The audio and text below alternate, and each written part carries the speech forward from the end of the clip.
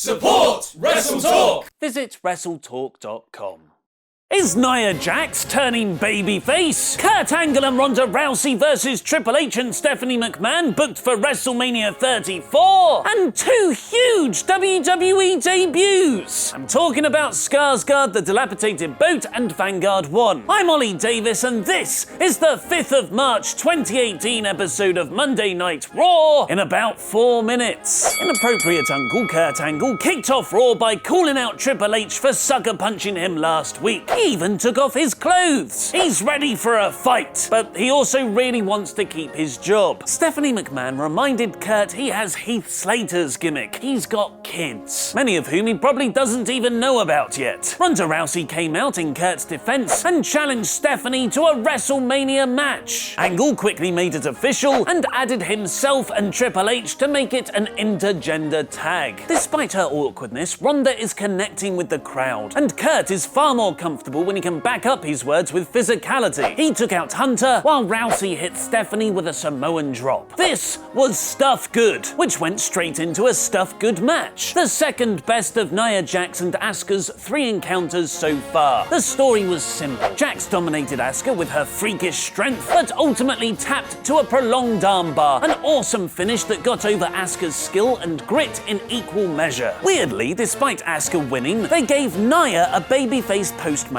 angle, where the crowd clapped her losing effort. This was built on later, where Alexa Bliss pointed out how rubbish Nia is in the guise of friendly counsel, causing Jax to impressively cry on cue. While I personally wouldn't book Monster Nia crying, it does give her a new babyface dimension for her Bliss feud. But no matter how much character work they do, I still won't understand why Mickie James is now with Alexa. They're even wearing matching outfits now. The Bar beat the Revival because Raw's tag division now mostly takes place on Twitter. Free agent John Cena promoted SmackDown's Fastlane pay-per-view on a Raw show, promising to win a record-breaking 17th World Championship, which would set up a 3-way between himself, AJ Styles, and Shinsuke Nakamura at WrestleMania, which is a plausible wrinkle to throw us off the Undertaker scent. Then Goldust, of all people, came out to stop Cena's WrestleMania journey, presumably just because it was the Oscars the previous night, and he's dressed up like a giant Oscar. Cena then went on to beat the 90th Academy Awards. That'll teach you for not rewarding Ferdinand! Despite Sonya Deville interfering at ringside, Bayley managed a roll-up win against Mandy Rose. Her tension with Sasha Banks was furthered in the post-match, where Bayley shoved off a hug from her best friend no longer forever. It's time to be sports entertained,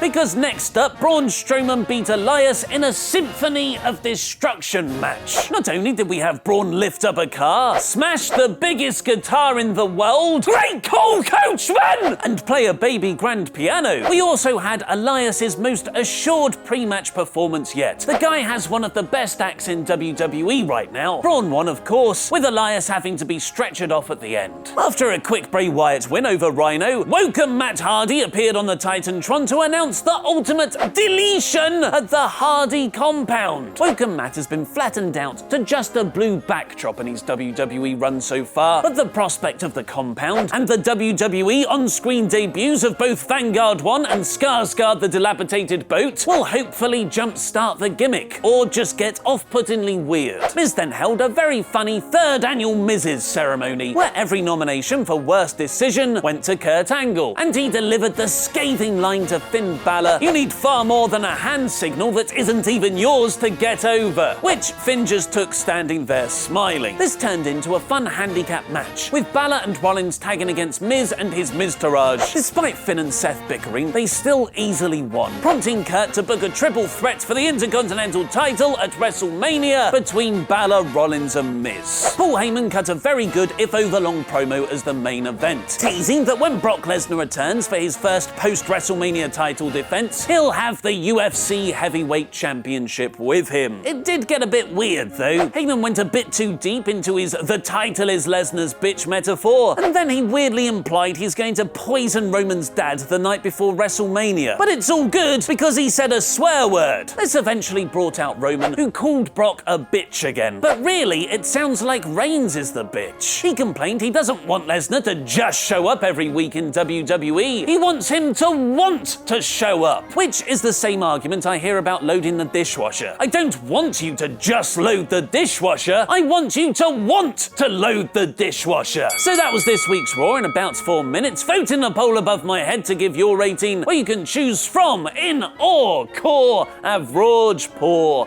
and bore. This was a mighty solid episode. A great balance of newsworthy announcements, fun matches, and storyline progression. This week's Raw is core. But how should Braun Strowman win his first ever Universal title? Luke and I pitch our storylines in the latest fantasy booking warfare. Click the video to the left to watch that now and vote for me.